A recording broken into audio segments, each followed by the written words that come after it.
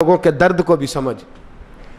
اولیاء چشت میں جس بزرگ نے اپنے زمانے میں بڑا عروج پایا ان کا نام خواجہ قطب الدین بختیار کاکی ہے۔ سب بولیے رحمت اللہ تعالی علیہ۔ خواجہ قطب الدین یہ شہزادے تھے اور مرید ہوئے تو خواجہ معین الدین صاحب کے ساتھ ہی آ گئے دلی میں۔ خواجہ معین الدین صاحب کی بھی کیا بات، عطائے رسول ہند الولی، اور ان کے مرید تھے بابا فرید الدین گنج شکر رحمت اللہ علیہ۔ اور مجھے اللہ جانتا ہے مجھے عشق کی حد تک پیار ہے بابا فرید صاحب سے، بڑا میرا درد ان کے ساتھ، اور میں جتنا اس صوفی کو پڑھتا ہوں کم ہی لوگوں کو میں نے پڑھا ہے۔ حضرت بابا فرید کے پیر اور خواجہ معین الدین صاحب کے خلیفہ کیا نام ہے؟ خواجہ قطب الدین۔ مکتب میں پڑھنے گئے نا پہلے دن، 4 سال کی عمر تھی، تو قاری صاحب نے الف با تا سا پڑھایا تو انہوں نے 15 سپارے قرآن پاک کے سنا دیے۔ تو کہنے لگے بیٹا تجھے کیسے آئے؟ کہنے لگے میری اماں 15 سپاروں کی حافظ ہے، وہ سارا دن قرآن پڑھتی رہتی تھی، مجھے سن سن کے یاد ہو گیا ہے۔ یہ بالا نگالا یاد ہو سکدیاں نے تو قرآن پاک بھی یاد۔ اللہ خیر کرے، شرط یہ ہے کہ ہم گھر میں قرآن پڑھیں، بچوں کو سن سن کے بھی یاد ہو ہی جاتا ہے۔ خواجہ قطب الدین اتنا عروج پایا اس شیخ کامل نے کہ وقت کا بادشاہ بھی مرید ہو گیا۔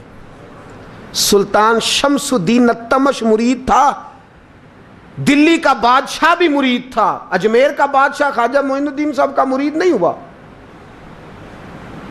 نہ پاک پتن کا بادشاہ بابا فرید کا مرید ہوا، لیکن خواجہ قطب صاحب کو اللہ نے یہ عظمت بھی دی، یہ شان ہے نا۔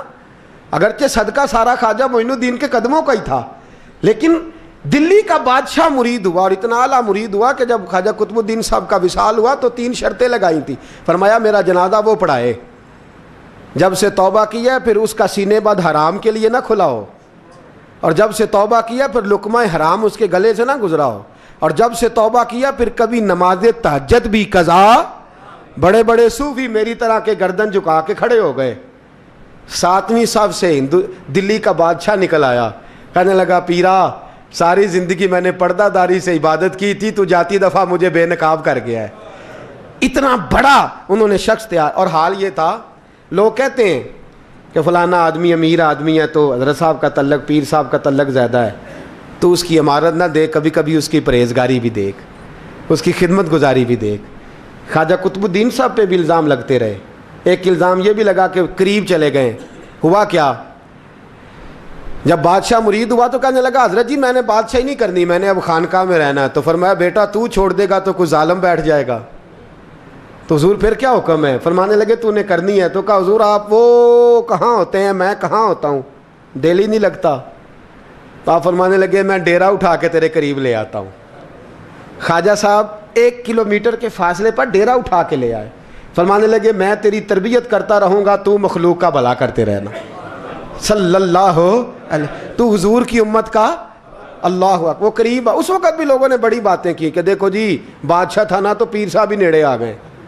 لوگ دیکھتے نہیں کہ اصل بات کیا ہے۔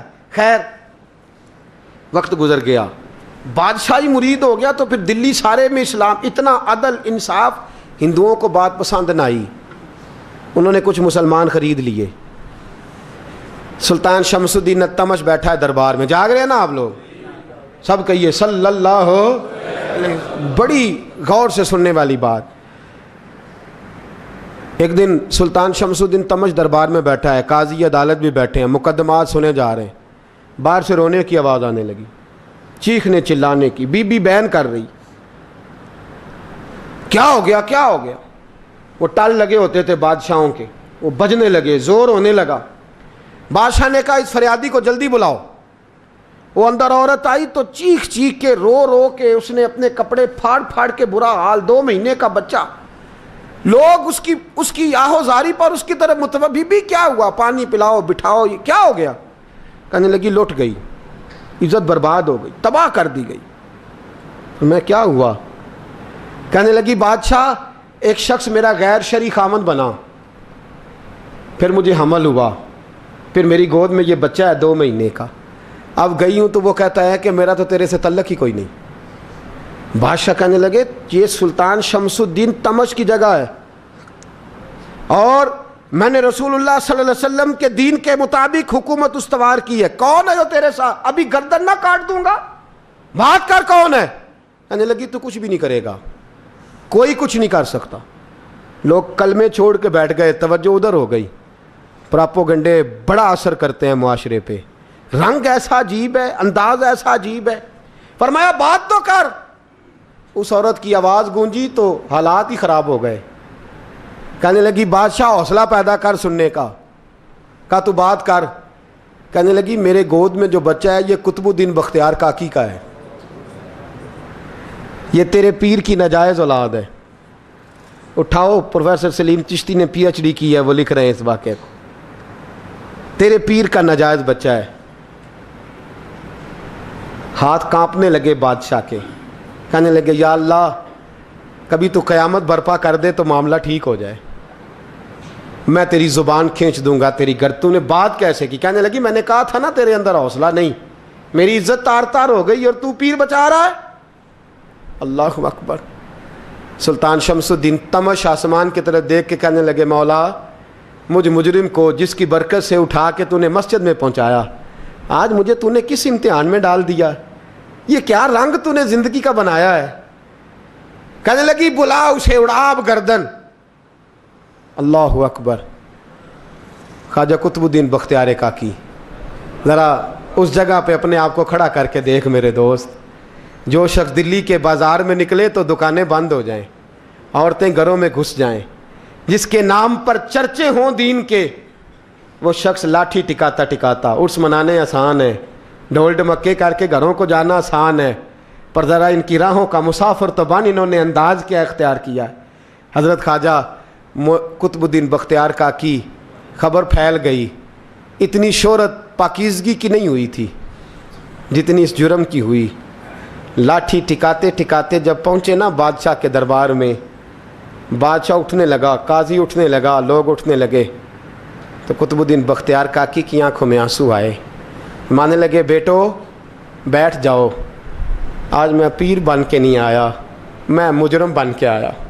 اور کہا میرے مالک کا انصاف بھی دیکھو, دلی کا پیر آج دلی کی عدالت میں اپنے نا کردہ جرم کی صفائی دینے آیا. بڑی لاٹھی پہ ٹیک لگائی. دلی کی گلیاں بھی روتی ہیں کہ یہ کیا رنگ, اللہ یہ تیرا کیا رنگ ہے. یہ تے میں گڈی تے ہاتھ ڈور سجن دے, او جنج رکھے اونج رہنا ہے, واجب نہیں جے وچ شریعت, مندہ خسم نو کہنا اے تن میرا کنگھی ہووے. میں زلف سجن دی واواں, پوش میرے دی جتی بن جائے, میں یار دی قدمی آواں.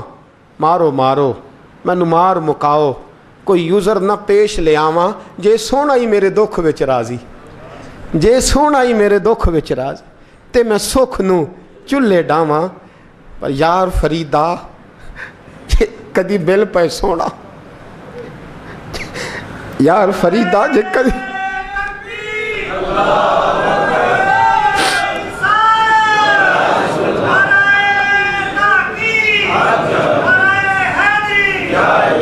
یہ کدی مل پہ سونا, بس انہوں رو رو حال سناواں. ٹیک لگائی ہے. کہنے لگی بی بی بول دے گواہی. کہنے لگی بی بی رب جانتا ہے, رب کا رسول جانتا ہے, پر میں تجھے نہیں جانتا, تو کون ہے؟ کہنے لگی اچھا وہ لوگوں کو بھیج کے تہجد کے بہانے پچھلے دروازے مجھے اندر بلانا, رب تیرا بھول جانا. پھر رونے لگی, پھر مکر کرنے لگی. مجھے بتائیے ایسا کوئی مقدمہ ہو تو لوگ کیا کہتے ہیں؟ یکدم حالات بدلتے ہیں کہ نہیں بدلتے؟ دلی کا ماحول ہی بدل گیا, سارا رنگ ہی بدل گیا. وہ عورت تو ہندو تھی, اس نے تو جھوٹ موٹ کے کلمے بھی پڑھ رکھے ہیں. اللہ اکبر. خواجہ صاحب پوچھتے ہیں گواہ ہے کوئی تیرے پاس؟ تو 4 کلمہ پڑھنے والے کھڑے ہو گئے. اللہ کرے کلمہ پڑھنے والے بکا نہ کریں, آمین تو کہیں. وہ کھڑے ہو کے کہنے لگے ہاں ہم نے آتے بھی دیکھا ہے, جاتے بھی دیکھا ہے. خواجہ قطب الدین صاحب نے نظر عثمان کی طرف اٹھائی, کہنے لگے اچھا جو تیری مرضی, میں گڈی تے ہاتھ ڈور سجن دے, وہ جنج رکھے اونج رہنا ہے, واجب نہیں وچ شریعت, مندہ خسم نو کہنا. کہنے لگے سلطان یار ایک رات کی مہلت نہیں دے دیتا؟ میں سویرے سلطان بھی رو پڑا کہ پیر صاحب میں میں نوکر اور میں بولتے ہیں اچھا حضور جیسے مرضی. باہر نکلے, خادم کہنے لگا حضور سواری پہ بیٹھ جائیں. وہ ماننے لگے نہیں یار آج پیدل جانا ہے. اس دلی کے چونکوں نے مجھے بڑی سلامیاں دی ہے, ذرا میں دیکھوں تو صحیح دلی کے بازار میری رسوائی پہ کیا کہتے ہیں. مجھے ذرا یہ پتھر بھی کھانے دے, ان کا ذائقہ بھی. پیدل گئے, دنیا سو گئی تو دلی کے بادشاہ نے اجمیر کی طرف منہ کیا. خواجہ معین الدین حیات تھے. بے خبر ہو جو غلاموں سے وہ آقا کیا ہے, بے خبر ہو جو غلاموں سے وہ منہ کیا. کہنے لگے معین الدین میں کوئی لوارس تو نہیں نا, میں کوئی لوارس ہوں کہ یہاں جو میرے ساتھ مرضی ہو جائے. تیری مجبوریاں درست مگر تیرا وعدہ تھا ساتھ دینے کا وقت آیا ہے. میں کوئی لوارس نہیں کہ اب تو اجمیر میں بیٹھا رہے اور میں دکھ سارا اکیلے برداشت کروں. بڑھاپے کا مجھے بھی پتہ ہے, کمزوری کا مجھے بھی پتہ ہے, ذوف کا مجھے بھی پتہ ہے, پر تتی تھوڑے تھکڑے خاندڑیاں, میں بھی تو تیرے نام تو مفت بھی خاندڑیاں. مجھے بھی تو پتہ ہے نا منم غلام نے علی حیدریم قادریم دمز احمد رضا خامی زنم. میں نے بھی تو اپنا نام نہیں نا جپا, تیرا ہی جپا ہے ساری زندگی. یہ لفظ کہے, کہتے میں رویا. آنکھ لگی تو حضرت خواجہ معین الدین صاحب خواب میں ملے. کہنے لگے قطب الدین میرا انتظار کرنا, میں پہنچ رہا ہوں. میرا انتظار کرنا, میرا انتظار. کیا کہا میاں صاحب نے؟ کہتے ہیں مالی دا کم پانی دینا, پھل کچے ہون یا پکے, اے پیر مرید دے سر تے ہی رہندا ہے, جھوٹے ہون یا سچے. میں آیا, فکر نہ کرنا. حضرت سویرے اٹھے, پھر گئے عدالت. پھر کہا نام بھائی پروٹوکول, مجرموں کا پروٹوکول نہیں ہوتا, میں اکیلا جاؤں گا. جس کے آگے پیچھے نعرے ہوتے تنے تنہا. 2-4 منٹ زیادہ لے لوں آج آپ حضرات. کہتے میں پہنچا عدالت اور جا کے جب کہا نا کہ ہاں جی حضور بتائیے, گواہ بھی خلاف ہے, مقدمہ بولیں, تو کہنے لگے مجھے میرے شیخ نے حکم دیا ہے کہ میرا انتظار کرنا. پھر وہ جو باتیں کرنے والے تھے کہنے لگے جی کون گیا تھا اجمیر, کون آیا ہے وہاں سے, ہمیں روحانی باتیں نہ بتائی جائیں. یہاں سے تو ایک دن میں پہنچا نہیں جا سکتا, ٹرین بھی 36 گھنٹے لیتی ہے دلی سے جانے میں. تو کہا یہ کیسے ہو سکتا ہے, کوئی رات کو رات آپ کو خبر ہو گئی, آپ کیس کو لمبا نہ کریں. بادشاہ مرید ہے, لگتا ہے کہ یہ راتوں رات بھگا دے گا پیر کو. اتنی باتیں خواجہ صاحب نے سنی. جب بے گناہ آدمی کو یہ باتیں سننی پڑتی ہیں پھر دل بڑا ٹوٹتا ہے, پھر بڑی تکلیف ہوتی ہے. حضرت کہنے لگے یارو تمہاری مرضی. شمس الدین تمش کی آواز گونجی. فرمایا جیسے انہوں نے کہا ویسے کیا جائے گا. 3 دن کے لیے عدالت برخاست کر دی جاتی ہے. چیم گوئیاں ہونے لگی, پھبتیاں کسی جانے لگی. تیسرے دن شام کا وعدہ تھا, چوتھے دن عدالت جانا تھا. قطب الدین بختیار کاکی کے پاس لوگ آ کے افسوس کرتے تو آپ بولتے نہیں. یہاں تو لوگ صفائیاں دیتے ہیں, بولتے نہیں. فرماتے یار میں گڈی تے ہاتھ ڈور سجن دے, وہ جینج رکھے, میں اونج ہی رہنا ہے, جیسے اس کی مرضی ویسے. جیڑیاں گڈیاں آپ پہ اڈیاں ہو نہ چڑھن اونچائیاں, وہی گڈیاں اونچیاں اڈیاں جڑیاں سائیاں آپ چڑھائیاں. فرمایا ٹھیک ہے جیسے وہ رکھے, میں راضی ہوں. اللہ اکبر. تیسرے دن کی مغرب کا وعدہ تھا. جب مغرب کا سورج ڈوب گیا نا, بڑے قافلے اجمیر سے آئے پر معین الدین نہ آیا. وعدہ کیا تھا یار نے, آؤں گا دن ڈھلے. وہ خواجہ غلام فرید صاحب رحمۃ اللہ تعالیٰ علیہ فرمایا کرتے تھے نا, کوا کھانے لگا آنکھیں تو کہنے لگے کاغا اے تن سارا ہی کھائیو, میرا چن چن کھائیو ماس, میرے 2 نین نہ کھائیو, مینو پیا ملن دی آس. نے کہا سارا کھا جا, آنکھیں چھوڑ دے. اس نے کہا تھا میں آؤں گا, انتظار لمبا ہو گیا ہے پر میری امید تو نہیں نہ ٹوٹی. مغرب کی اذان ہوئی تو لوگ کہنے لگے لو جی اب بس ہو گئی. خواجہ قطب الدین صاحب نے اللہ اکبر کہہ کے مغرب کی جماعت جب میدان میں کھڑی کی تو اپنی بھی چیخ نکل گئی, آئی نہیں. لیکن جب نماز کا سلام پھیرا تو خواجہ معین الدین صاحب کی 2 رکعتیں ابھی باقی تھیں. خواجہ صاحب پیچھے نماز پڑھ رہے ہیں, سلام پھیرا اور نماز کے بعد جب اٹھے نا تو خواجہ صاحب کے سینے کے سینہ لگا.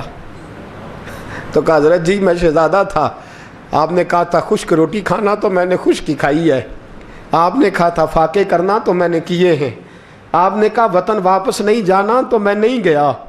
حضور اس امتحان کا آپ نے بتایا ہی نہیں تھا. یہ مجھے بتا جاتے اب اس سفید داڑھی سے میں جواب دیتا پھروں.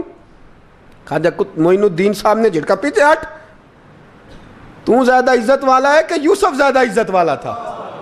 تو زیادہ مقام والا ہے کہ عائشہ زیادہ مقام والی تھی؟ چپ کر, یہ کچھ صوفیاء کا طریقہ ہے, چپ کر. عرض کی حضور غلطی ہو گئی, میں پہلے نہیں رویا, تو ملا ہے تو رویا ہو. میں پہلے نہیں تڑپا, میں نے شکوا نہیں, تو ملا ہے. اپنا ہی کو ملے تو دکھ یاد آتے ہیں نا. فرمایا چپ کر, جا سلطان سے کہہ دے سویرے نماز کے بعد عدالت لگا دے.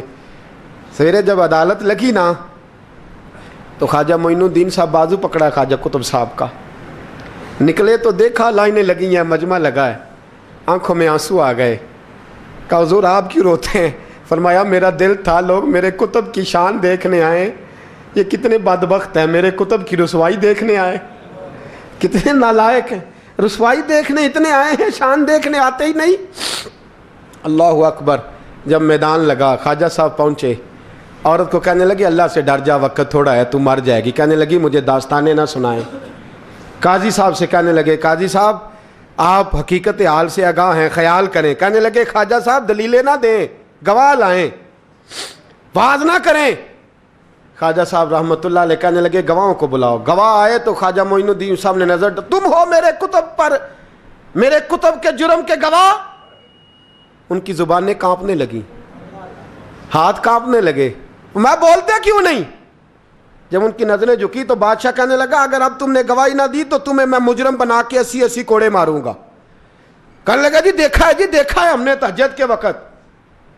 جب سب گواہیاں پوری ہو گئیں, عورت بھی تڑپ رہی ہے, رو رہی ہے, 2 مہینے کا بچہ گود میں ہے. اب بولیے بولیے, علماء ظواہر بھی کھڑے ہیں, حسد کرنے والے جلنے والے بھی کھڑے ہیں, ہندو تو ویسے ہی تالیاں بجا رہے ہیں. اجمیر کا بوڑھا, اور یہ آخری پھیرا تھا خواجہ معین الدین کا دلی میں. اس کے بعد ظاہراً دوبارہ نہیں آئے. اٹھے لاٹھی ٹکاتے ٹکاتے, اور میدان کے اندر جا کے نا, بڑے میدان میں مجمع تھا, سر سجدے میں رکھا. کہنے لگے یا اللہ میں ہندوستان مرضی سے نہیں آیا, تیرے رسول کا بھیجا آیا ہوں. پھر اٹھے اور کہنے لگے مولا تیرے نبی کا فرمان ہے کہ میری امت کے علماء بنی اسرائیل کے نبیوں کی طرح ہوں گے. اگر یوسف کے لیے بچہ بول سکتا ہے تو میرے کتب کے لیے بھی بولنا چاہیے. اگر یوسف علیہ السلام کے لیے بول سکتا ہے تو میرا قطب الدین بھی سچا ہے, اس کے لیے. پھر اٹھے, اس بی بی کی طرف بڑھے. لوگ کہنے لگے نہ جانے اب کیا ہوگا. جب اجمیر کے بادشاہ نے, عطا رسول نے, ہند الولی نے, امام الاولیاء نے کپڑا کھینچا اور کہنے لگے وہ بچے تو جانتا ہے نا تیرا باپ کون ہے, 2 مہینے کا بچہ. جب نانا بولا تو بی بی کہنے لگی اب کیا کر رہے ہو, بچے بھی کبھی بولے ہیں؟ میں بی بی چپ کر, ان اللہ علی کل شیء قدیر, میں کمزور رب کا ماننے والا نہیں, قدرتوں والے رب کا ماننے والا ہوں. وہ چاہے تو بچے بھی بولتے ہیں. قرآن کہتا ہے حضرت عیسیٰ بولے تھے انی عبد اللہ آتانی الکتاب. مریم بھی تو ولی اللہ تھی, وہ نبی تو نہیں تھی. اگر ولی اللہ بنی اسرائیل کا ہو بچہ بول سکتا ہے, تو اگر ولی اللہ محمد عربی کی امت کا ہو تو بچہ پھر بھی بول سکتا ہے. یوں کپڑا ہٹایا, بچہ بول. 2 مہینے کا بچہ ماں کی گود میں اٹھ کے بیٹھ گیا, اور بچہ بول کے کہنے لگا السلام علیکم یا ولی اللہ. جب یہ لفظ ادا کیے تو نعرے لگنے لگے, لوگ رونے لگے. بی بی بے ہوش ہو کے گری, فرمانے لگے مجھے سلام نہ کر, میرے کتب کی بات بتا. کہنے لگا قسم ہے اللہ کی عزت کی, وہ سامنے مجمع جو سردار بیٹھا ہے وہ میرا باپ ہے. قطب الدین تو بے گناہ ہے, قطب الدین تو بے گناہ ہے, میرا باپ تو وہ بیٹھا ہے. یہ قاضی بھی سازش میں شریک ہے, کئی مسلمان خریدے گئے, یہ گواہ خریدے گئے. جب گواہی ہو گئی, بچہ یہ لفظ کہہ کے اللہ اکبر کہتا ہوا پھر چپ کر گیا. خواجہ قطب الدین صاحب کا بازو پکڑا, خواجہ معین الدین صاحب نے مجمع سے باہر نکلے. لوگ کہنے لگے حضور آپ کچھ بولتے نہیں. فرمانے لگے جس نے بولنا تھا وہ بول چکا ہے, جس نے بولنا تھا وہ جو جادو, وہ جو سر چڑھ کے بولے. فرمایا تم نے افواہوں پہ نظر رکھی اور میں نے اللہ کی قدرت پہ نظر رکھی. تم نے اس کے کردار کو جھنجھوڑا اور میں نے اس کے کردار کو تعمیر کیا. حضرت سلطان شمس الدین تمش بھی پیچھے دوڑے، کہا حضور کہاں لے جا رہے ہو؟ اور میں کتب میرا آیا، میں جمائر ساتھ لے کے جا رہا ہوں، اب میں نے اپنا بچہ تمہارے سپرد، اب میرے پاس رہے گا، تم نے ستایا میری اولاد کو، اب یہ میرے پاس رہے گا، میں نے نہیں تمہیں دینا۔ لوگ راہیں بچھا کے، نظریں بچھا کے بیٹھ گئے، پاؤں میں گر گئے، کہنے لگے حضور ہمارے لیے نہیں، رسول اللہ کے دین کے لیے، ہمارے لیے نہیں، تعمیر شریعت کے لیے، ادائے سنت کے لیے چھوڑ جائیے۔ خواجہ صاحب کہنے لگے قطب الدین جا، تجھے چھوڑ کے جاتا ہوں، اب قیامت تک کوئی تیری رسوائی کی جرت نہیں کر سکے گا۔ عزیز یاد رکھ، نہ افواہوں پہ لگا کریں، نہ کسی برادری، کسی قوم، کسی شخص کے بارے میں ایسی باتیں، یہاں تو لوگ گھڑ گھڑ کے چیزیں لاتے ہیں، گھڑ گھڑ کے چیزیں لاتے ہیں، اور جن کی ہیں ان کے پاس بڑے دلائل ہیں اپنی صفائی پیش کرنے کے لیے۔ جو غربا مساکین ہوتے ہیں وہ بیچارے اپنی عزت پر لگا ہوا داغ دھو بھی نہیں پاتے، ہم بڑا لوگوں پر دھبا لگا کے ثابت کر گزرتے ہیں، اور پھر صدیاں گزر جاتی ہیں، تیری میری غربت نے کیا مجھ کو زمانے میں بدنام، تیری دولت نے تیرے عیب چھپا رکھے ہیں۔ اللہ کا قرآن کہتا ہے جب خبر پہنچے تو تحقیق کر، خیال کر، اس کے بعد پھر آگے اس کو بیان کر۔ اللہ ہمیں سمجھنے کی توفیق دے۔ آخر دعوان ان الحمدللہ۔